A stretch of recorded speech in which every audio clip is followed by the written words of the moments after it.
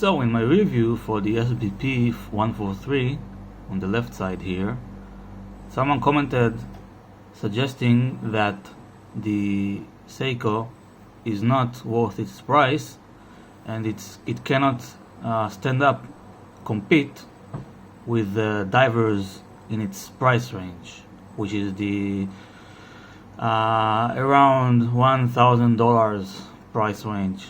So I decided to make this video and rant about it a little. So this will be a small comparison, but I'm not going to say who's better. I'm just gonna try to see if the Seiko can really give an answer to a diver from the $1,000 range. So the Seiko's diameter is 40.5 millimeters. Lug to lug is 47.6 millimeters. The width is 13.2 millimeters, while the Yema's diameter is 39 millimeters. Lug to lug 48 millimeters, and width is 13 millimeters. The pricing on this for the Seiko, the MSRP is $1,200, and for the Yema it's $1,100. So we have a $100 difference. Now I will have to say that my Yema was purchased in November 2019, and it was before they moved to the Seiko SPB143 movement. So it houses an ETA 2824-2 movement. So compared to the Yema's movement, the Seiko, the Seiko has the relatively new movement from Seiko, the 6R35, which has 70 hours of power reserve, compared to the Yema's 38 hours of power reserve. The Yema bits per hour is 28,000, while the Seiko is 21,000. So if bits per hour are important for you, then we can definitely say that the Yema has the upper hand here with the higher bits per hour. However, in terms of accuracy, specifically for me, and this is very subjective to how the watch was regulated, etc., etc., the Seiko is much more accurate than the Yema. The Yema is okay. I don't remember exactly, but it's not as accurate as the Seiko. The Seiko is, I said it 1 week ago, and now it's 15 seconds fast against an atomic clock. So your mileage may vary. You may get one that goes faster or slower, and that's also important to say because Seikos are, I believe, regulated by a robot.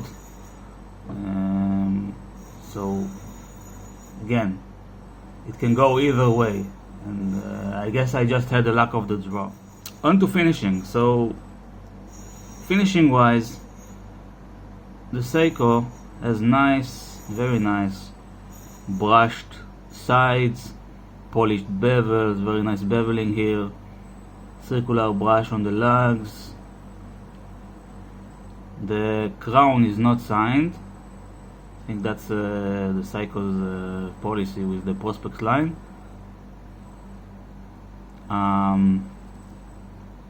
Standard Seiko caseback. Not much to look at. You have the wave and everything. As I mentioned in my review, the hands are very nicely half brushed, half polished. The markers are applied.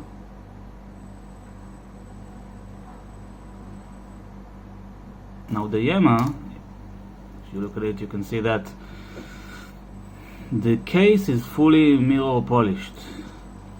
There is no brushing segments at all. Now, whether this is good or bad, I cannot say. What I can say is that the bracelet, which is brushed, not all of it, but most of it, the end link, as you can see, there's some inconsistency here between the end link and the lugs. Polished, brushed. Now, it's not so big deal for me, but some people it can kill the watch for them. Now, I don't know, as this Yema, like the Seiko is a reissue of watch from, and look, it just stopped. It stopped because I didn't want it. So as I said, the Yema is a reissue from 1970, a watch from 1970. The Seiko is a modern reinterpretation of a watch from 1965. So I don't know if the original Yema was fully polished in the case. If that's the case, then respect to Yema that they did it exactly as it was, which I believe they did.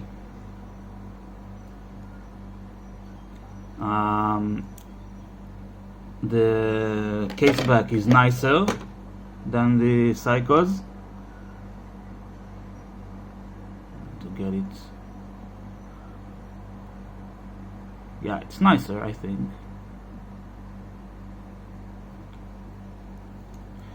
The markers are printed. Not much to say about the hands. I really like the hands. I really like the style, and I like the shovel seconds hand. And there's a frame around the date window, something which is not present in the Seiko. Some people are annoyed by this. I don't mind. I think it's nice that it has no window frame around the window. Bracelets. The Seiko's bracelet is, in my opinion, a step up for the company. Starting with the clasp, you can see that the clasp is brushed, which is something I think we don't see a lot from Seiko, at least in these lower price levels ranges. It's milled. It's a milled clasp. Very nice operation. There's a click push button here, and it very nicely, listen to that,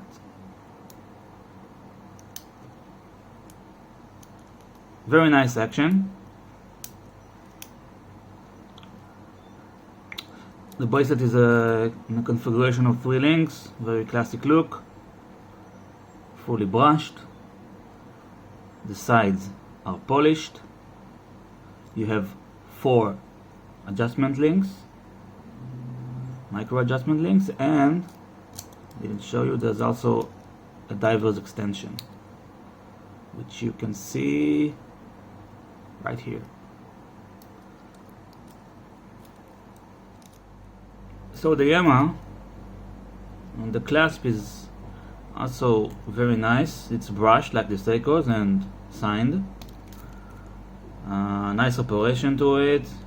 We also have a diver's extension. There you are. 4 micro adjustment holes, milled clasp, and a nice click to it. The style, it looks like a Jubilee, but it has that brushed segment in the middle between the 2 polished links segments. I don't know what to call it, but it's a good bracelet. I like it. So it's 19 millimeters, and it tapers. I'm not sure to what, 16, 17. But the bracelet itself is very comfortable. I think it fits the watch head. I like it. Now, I didn't talk about the Seiko's. The Seiko's bracelet is the lugs 20 millimeters, and it tapers down to 18. Then at its clasp it becomes a 20 again. So the Seiko's bezel is not ceramic, it's steel. This is what's confirmed by Seiko to another YouTuber.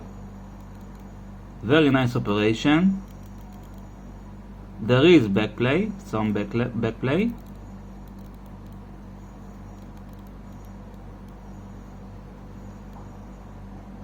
It lines up with the 12-hour marker, but there's this black place, so you have to play with it a little so it will align correctly.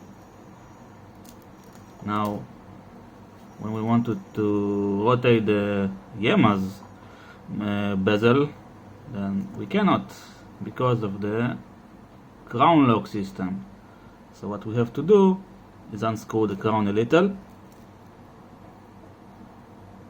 Now it is loose, the locking mechanism, and we can rotate the bezel and listen to the nice click.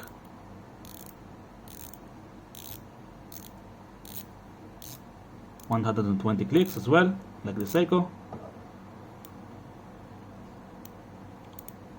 And here, like the Seiko, we also have display, we have backplay, and we need to play with it in order to line up the 12-hour marker with it.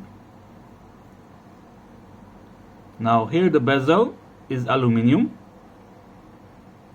and if you ask me, I don't mind aluminum, but I prefer the steel bezel over it.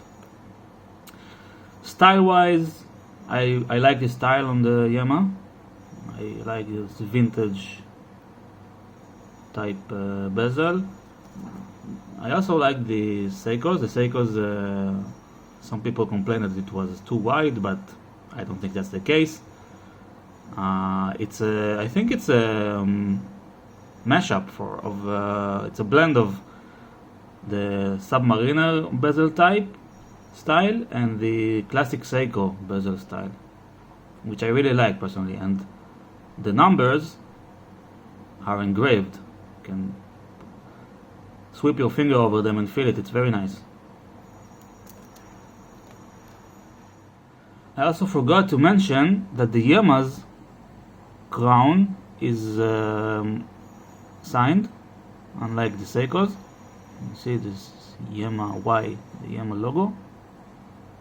This is important for some people, not for me, but it's worth mentioning. Now wrist shots, let's see how they both were.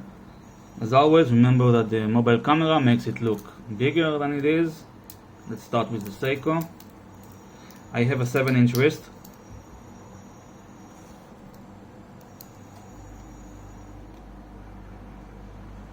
You can see there's no overhang, it wears very nicely. It's very comfortable.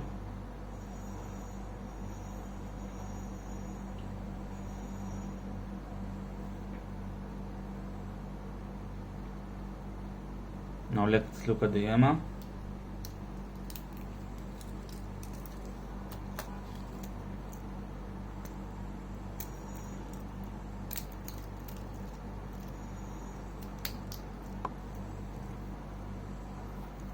The Yema as well wears very nicely. You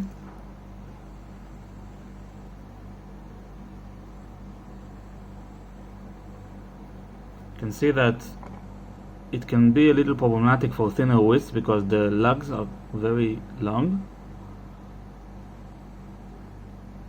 but overall it wears fine.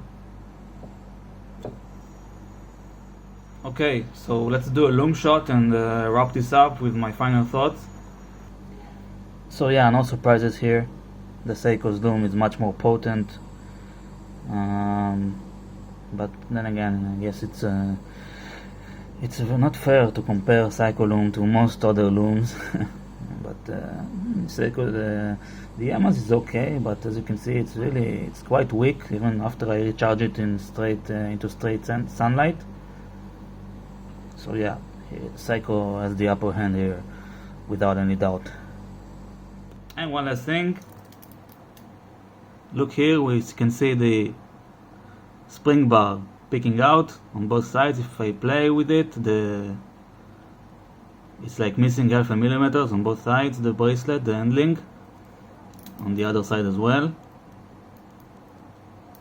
Someone said that he read that it's actually not a bug but a feature meant to make removing the bracelet easier. I don't know, but if we look at the Yema, we have it as well. Now it's more delicate here, but you can see the spring bar as well, and as you can see, there's dents here.